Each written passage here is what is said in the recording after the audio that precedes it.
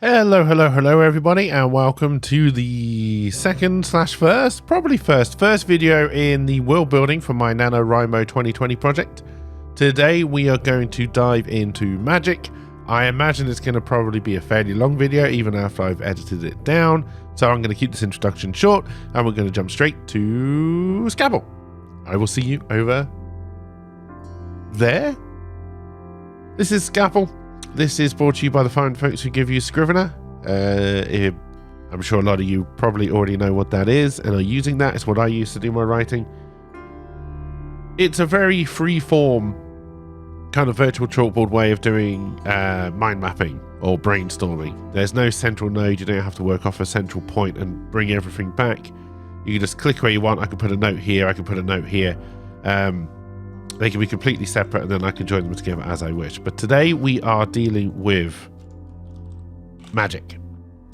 And did I put a space in between the A and the M? No, I didn't. It just looks really weird. Okay, so today we are dealing with magic and all the different forms of magic. Now there are going to be there's three forms of magic for sure that I want in this world. So one is, for now we will call Arcane, but we will probably change the name of that as we go along.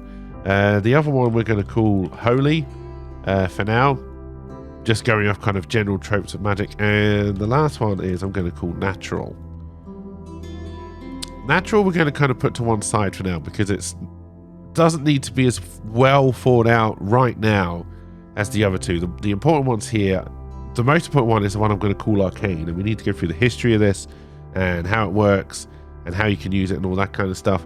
And then Holy I guess we can just kind of dust off first for this kind of initial kind of dive into it. So Holy, as it states, is given from gods.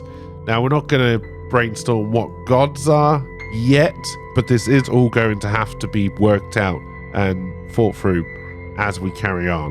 So Holy is power given from gods. We will put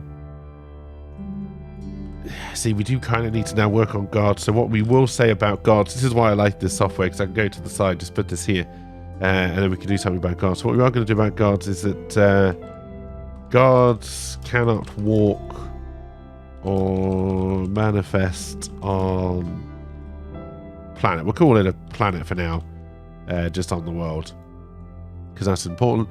So then to get around that, they have avatars, and then we would need to say that avatars are natural beings.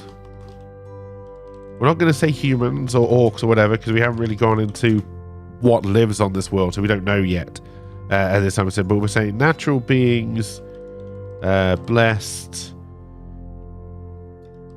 with a significant, some nice spelling, Lou, portion of God's power. And then from the avatars, in fact, we should probably put in a note just here.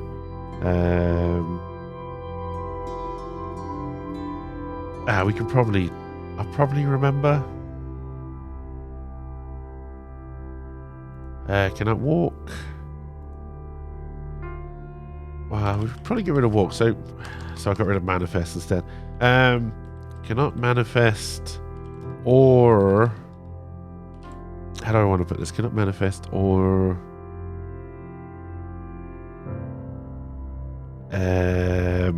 oh god, what a word am I looking for? Manipulate? Not really, but that'll do for now. Manipulate, that's a nice spelling, Lou. On planet directly. So this is where they go through the avatars, and the avatars naturally be blessed with the power of God's power, and then the avatars can give the power to paladins. Again, we're not straying far from fantasy trope here for this kind of stage, although hopefully as we progress and the story goes on, we can start to make this a little bit more unique, put a spin on it. But you start from the normal and then you kind of add on top. At least that's what I do. And I'm going to put priests here, but I'm also going to put a question marks because I'm not sure about the priests at this stage. In fact, we will give that red text just because I'm not too sure about it, and that means I want to go back about it. So that's kind of how holy works. Holy power is given from gods. This is how we're given from gods. So from gods we get to the paladins for sure. And then what we need to work out is what. So actually we'll just link that to gods. Just a kind of side note. Scrapple does get messy, especially the way that I do it. In fact, let's be clever about this. So this whack gods over here, so the line doesn't go all the way over. And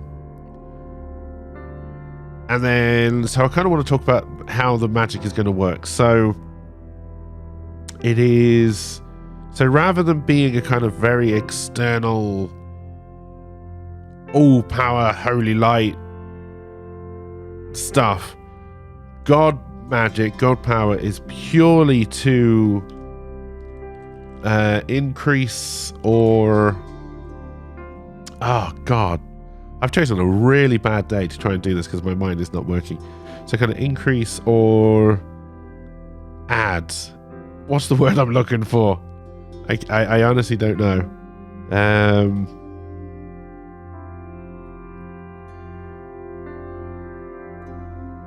My God, yeah, this is bad. Okay, so increase physical prowess. And so by that I mean so they can increase mental,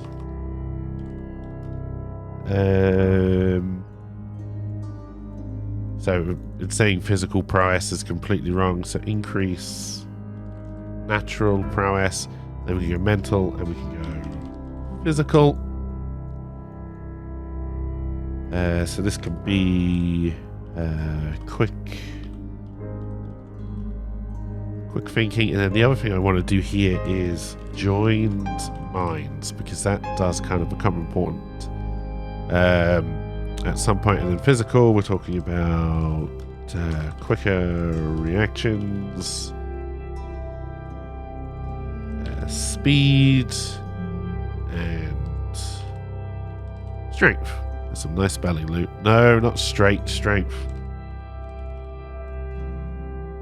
Let's not start talking about religions and straightness. I haven't got the time for that. All right, it's all nonsense. Just be happy with who you are. So that's kind of how holy. We will give it a different name. It's going to work.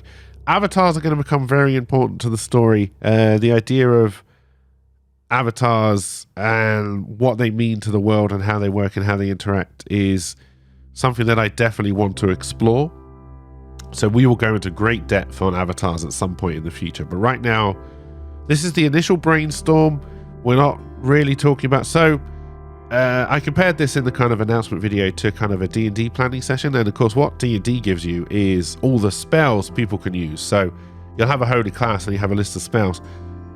We will probably go to somewhere near that kind of level, but not quite, because they're not going to... It's not about casting spells, but we do want to have an idea of what it is they can do. So, you know, so quicker reactions, how quick, how much quicker, that kind of stuff. You know, speed, what are we talking about? Are we talking like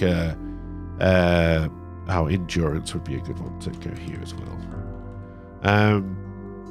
You know, are we talking about a quick sprint? Are we talking about just a little bit faster, like as fast as a horse compared to a human? Or are we talking like flash level speed?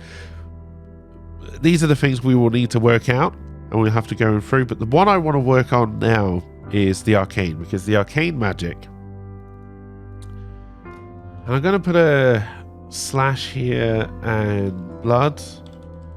Now I'm not calling it blood magic in and of itself, because blood magic has a kind of built-in definition to most people in the fantasy world. And so blood magic, really, you use blood to increase the effectiveness of your normal spells, normally by taking power from other people.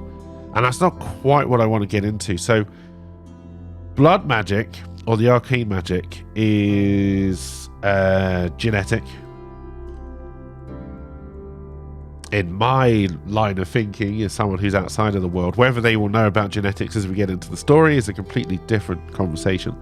But arcane / blood magic is going to be genetic. It's a genetic component. We're also going to put can come from mother or father. And we are, in this story, we are doing a more kind of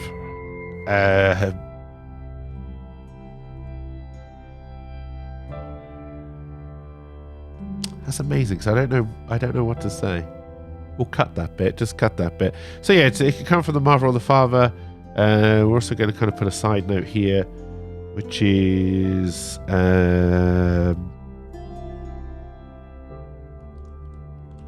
story understanding is limited in regards to this, and at some point I hit the hotkeys that underline that. Doesn't need to be underlined, but we'll leave it as it is, because that's going to be a component of it. So that's important. It's important that it's genetic. So magic, arcane magic, is not a free-flowing thing that anybody can pick up. You have to be born into it. And this is going to create a very distinct and separate class system. In fact, we're just going to go over here and put class system so we can work on that later. So, and this again is going to be an integral plot point for the story that we are going to work out. So, again, I think I've already said, I honestly can't remember now. I am kind of breaking my rules because I'm not just building the worlds with no idea of the story that I want to put in. I'm not building a world and then throwing characters in to see what happens. I know the story that I want to build, so I am building my world around that. And that is perfectly fine. Either way is perfectly fine. Normally, I wouldn't even go this far. I would just write the story, and then on my kind of second draft is when I would actually do this. I would, as I was going through doing my kind of initial edit, is when I would map out what I've said works in the world and then look for logical inconsistencies. But this time I'm kind of diving in and we're going for this first of all. So, and arcane magic is very powerful. Very powerful. And then as a kind of side note, I'm going to put world ending ? And then let's just give that. That's not what I wanted to do. Default note style. And then, come on. Put that in red text. So that's a question that I want to go back to. So, it's very powerful. It is very much magic missile, pew pew. That's some nice spelling loot. So that gives me an idea of what kind of spells we are going to be able to do.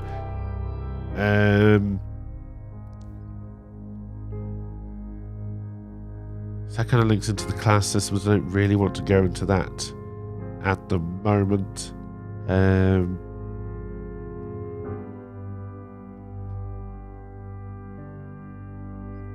Is there anything else I really want to put in here? As kind of a lot more detail needs to go into this. And like I say, we will be going back and forth between this, probably as we're writing as well.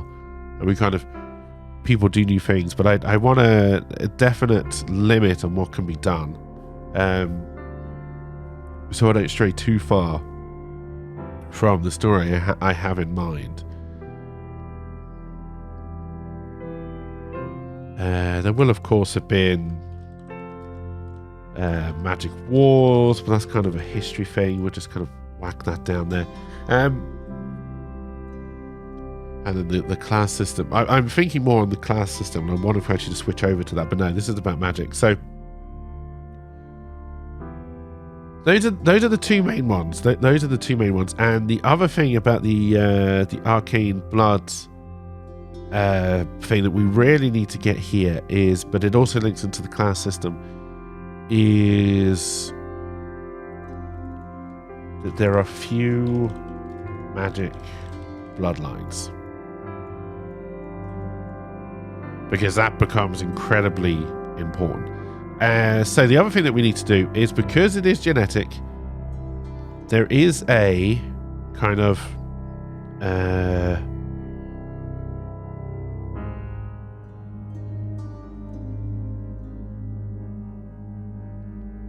now, what do I want to do here? There are two ways I can do this for the story I want the design to work. So imagine, if you will, that this is the Midichlorian type story. I'm sure a few of you out there are Star Wars fans. So imagine this is Midichlorians, and to become a Jedi, you need to have Midichlorians. Much as if you want to become a magician, an arcane blood magician, whatever title we actually give that as we go on, you need to have the genetic component, or the predisposition genetic component. It's in the bloodline. That's the important part, in order to be able to interact with this pool of power.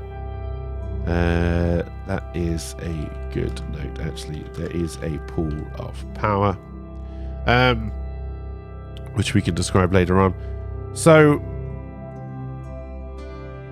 one of the questions I always ask myself when watching Star Wars, etc., is, okay, I can't be a Jedi because I don't have midichlorians. Okay, so one, we don't know how widespread the information of midichlorians was. I mean, it was a stupid idea.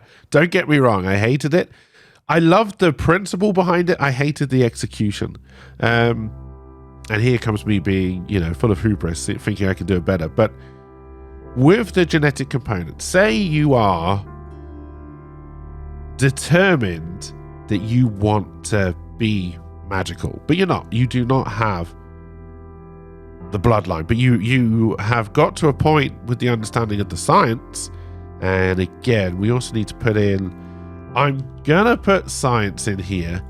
I'm going to link it into magic. Don't shoot me. That's just for now. But it's a very important thing, because there is a understanding of magic. It is not a wizard did it. Any kind of spell or effect is either understood or is trying to be understood. There are people who are trying to understand magic and make it a more logical, scientific, magical process in this world, rather than it being woo magic. Anyway, what did I talk about? Yeah, so you wanted to be a Jedi, but you don't have midichlorians. What would happen if you took the blood of a Jedi, or the midichlorians from the Jedi, and you put them in yourself? Are you then connected to the Force, or would there be a kind of violent reaction, like because the midichlorians don't want to be there?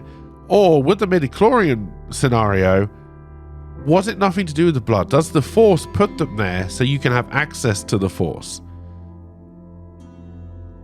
Or because, the Force was given this kind of, the Force is alive. The Force is a force, for want of a better word. It's not a passive thing that is just there for you to use. It uses you as much as you use it. I don't want to go down that line with this magic. The magic is just a passive thing that is there that you can use as and how you wish within the limits we give it. But if I want to be magic, could I steal the blood from someone who was in the bloodline, put it into myself, assuming the science was there in the world at the time, and become magic? Or do I have to already have the genetic disposition to connect to the pool of power, but for some reason my connection, my blood is weak? Maybe there is a substance in the blood that has to be, are there power levels in these bloodlines? Or if you're connected to the power source, do you just have the same powers as everybody else? No, there are going to be power levels. I want you to connect. There we go.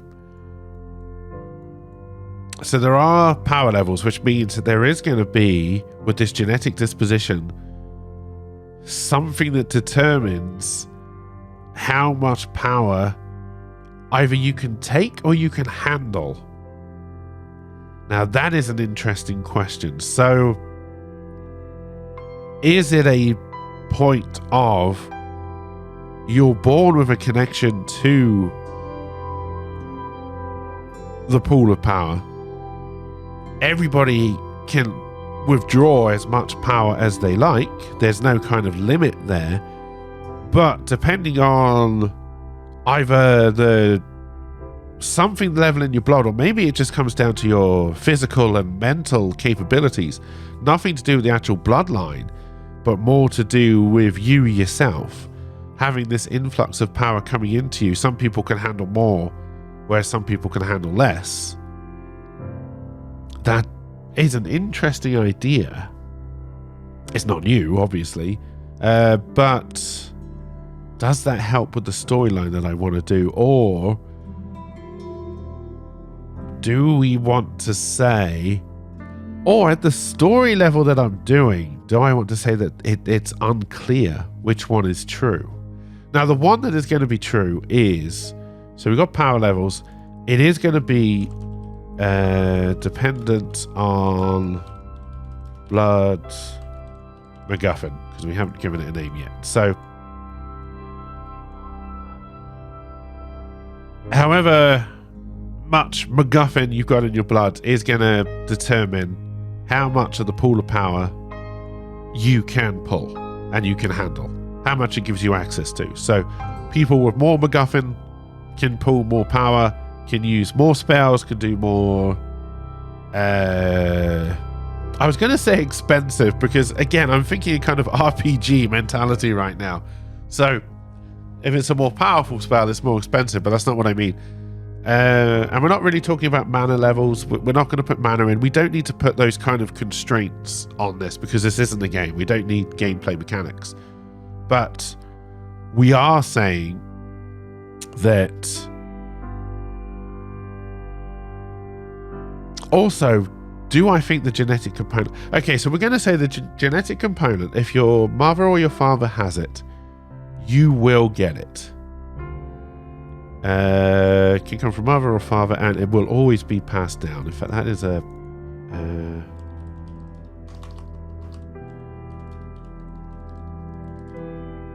important thing to note. Let's link these two together. And then mixing two parents of power has no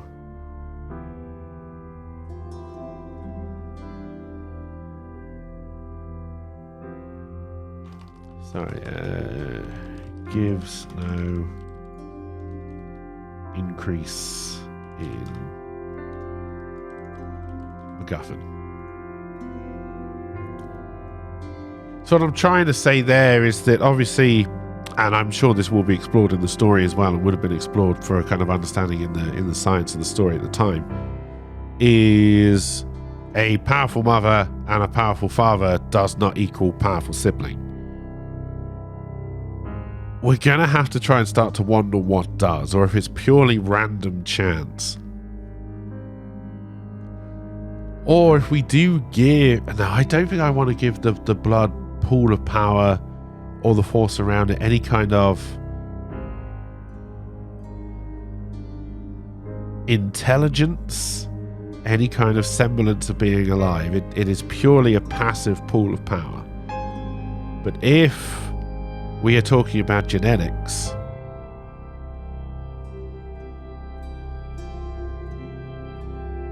we're always saying that this genetic component will be passed down, which again is kind of different. Well, we would just say it's attached to the point that it has to be passed across. But what we're saying is you can only have it once. So if we were talking about human beings, it would be on the chromosome that is shared by both sexes, and it can only appear once on the chromosome, is basically what we're saying. That's not going to be the story's understanding. We're not going to go that far down the scientific route, but that's our understanding of it. So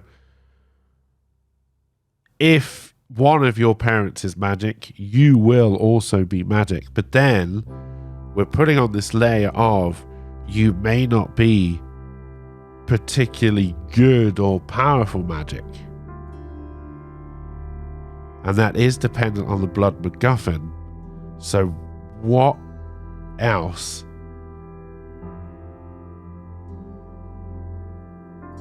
would make sense as to why that would happen? Because we're going on a difficult tangent to explain now, I think, because, you know, if we're talking genetics, if we're talking breeding, and I'm really thinking about animals now rather than human beings, because I think if there was magic in the world, breeding would become a very animalistic thing. You know, it's we must breed our son with this other bloodline because that's a very powerful bloodline. The other way to go down it is to say that different bloodlines have access to different magics, but I don't really want to go down that route. I don't think that's going to be particularly interesting to explore. But then you would have to mix of the different bloodlines and what that could mean. No, the pool of power is the pool of power. Whatever you do with it is based on what your family has decided to do with it. So in a way, we could say that different bloodlines have access to different powers, but it's not the genetic component giving you access to different spells. It's what your family has worked on and put in their spell books.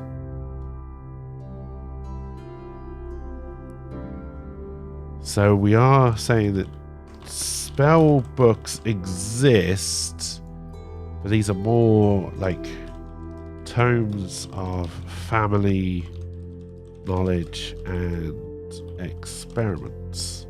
Yes, experiments always had a B in it. Rather than actual spell books. You know, it's not going to say you need 3 eyes of Newt, whatever, to do a spell. It is literally saying, this is what we have managed to do with magic, and this is how we did it. Which again talks to mental disposition and family history. These are all going to be important. So, but what would it be with this MacGuffin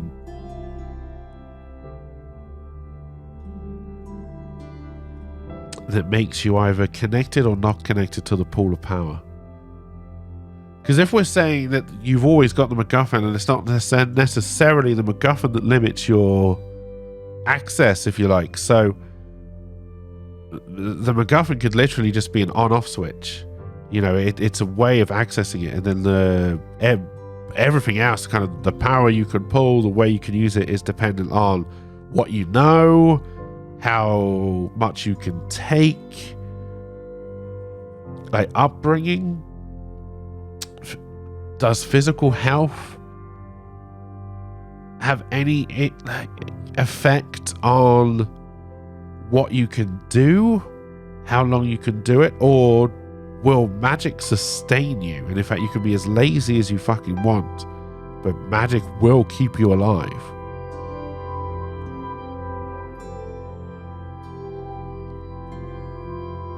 I don't know.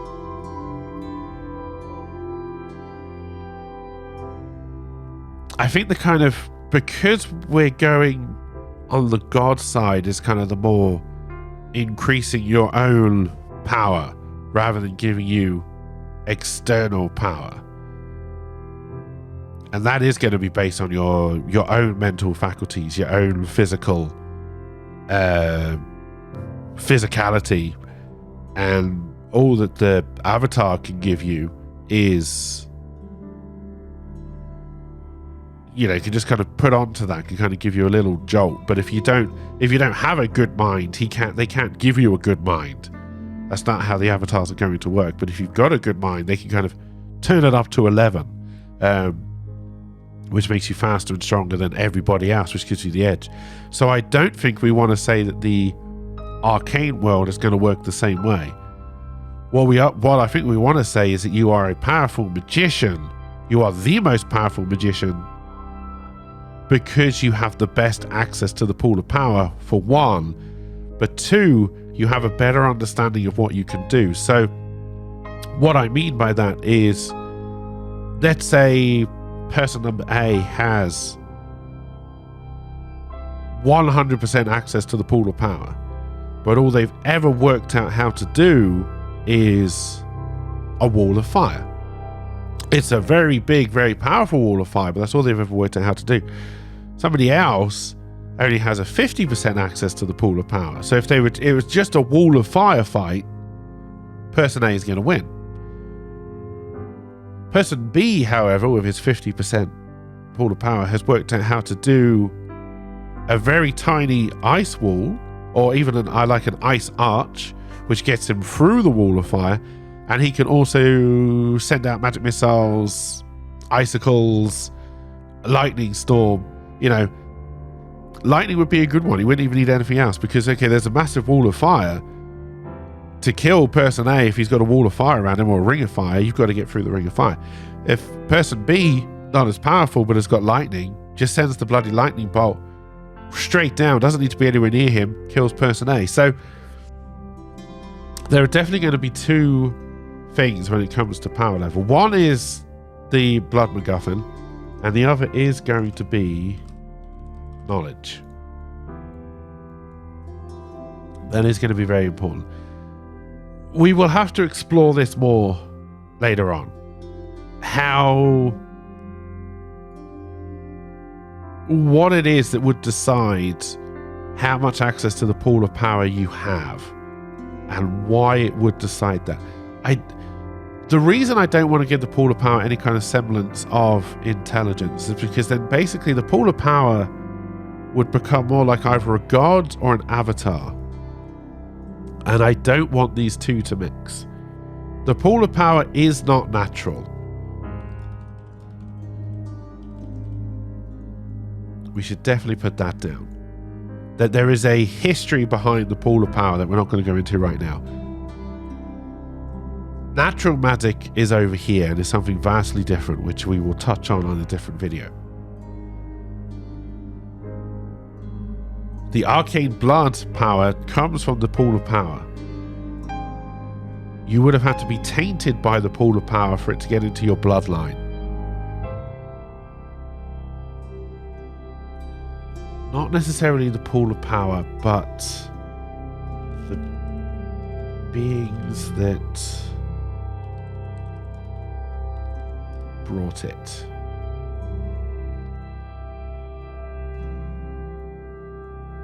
That's going to depend on the bloodline. So what we're saying here is that there's a mix.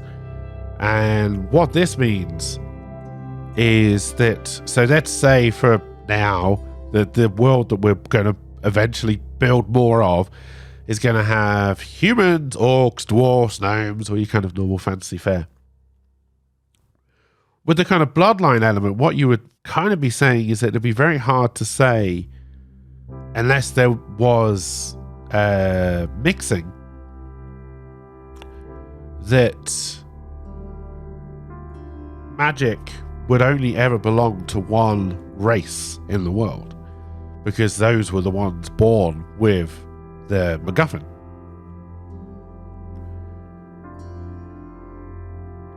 I think saying that other beings brought this magic to the world for reasons that we're not going to go into probably for this story, but there are reasons why they're there, and those reasons do feed into the gods and the avatars and why they're there. I think that makes it more reasonable that the MacGuffin would be spread to more people. So these beings went out of their way to make sure that they spread the MacGuffin to as many different races as they could, for reasons that would have made sense to them at the time and that we do not know. So that means that magic is accessible to probably not all of the races. We'll go into that as we start to build out what the races and the political and regional landscapes of this world look like. But to as many as possible. But obviously they didn't give it to everybody. But, and again, we're going to go on the magic walls here. We're also going to talk about the Cull of Bloodlines, because that will have relevance on the story. And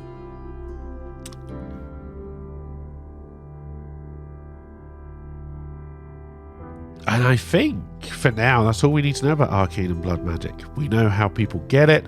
We don't know why. So what dictates power level? Sorry, it dictates access to pool. I'm going to link that to there. We're going to spell check this. We are, I don't want to insert date and time. We are going to put red text there because that's the question we need to answer. Knowledge is more understandable. We've got the spell book, so we know how that's going to work. And then we will also say that based on where the people came from regionally and the kind of heritage of the different bloodlines that we have left, we'll explain why they do different spells. You know, it makes more sense that somebody who lived in ice. Now, you could take this both ways. You could say that it makes sense that somebody who lives in a very cold environment would either be better at cold spells or they would have got better at fire spells because heat. And then vice versa. You know, would somebody who lived in a desert, hot desert, would they know cold? They've never seen ice though, so how would they know to kind of make ice, make cold? Do you know what I mean? So that again is something we can explore as we go on. But I think we have a kind of general understanding of how arcane magic works. We have enough of an understanding of how holy powers are going to work for now and where they come from. We need to do a little bit on natural. But I think we are good to move away from magic for now. We will be coming back and we will be adding to this. So I think next time we're not quite ready for the class system. I think we will work on the world after this in the next video. So yeah, I think we will leave Scrapple and we will do an outro. Well, hello again. That was our first mind map. We dived into magic. I think we made a lot of progress. Next time we will be going into what the world looks like, regions, before we dive into the deeper stuff of people's politics, and all the other stuff that we need to put into the world building before we can start to even think about doing character development, which is going to be the next kind of big bite of the thing. So the plan is to have world building roughly done by the end of this week, and then we can move into character development next week. We'll see how it goes. I hope you enjoy. If you do, give me a follow, find me on the Twitters, all that kind of good stuff. Have a wonderful rest of your day, and I will see you all again soon. Bye for now.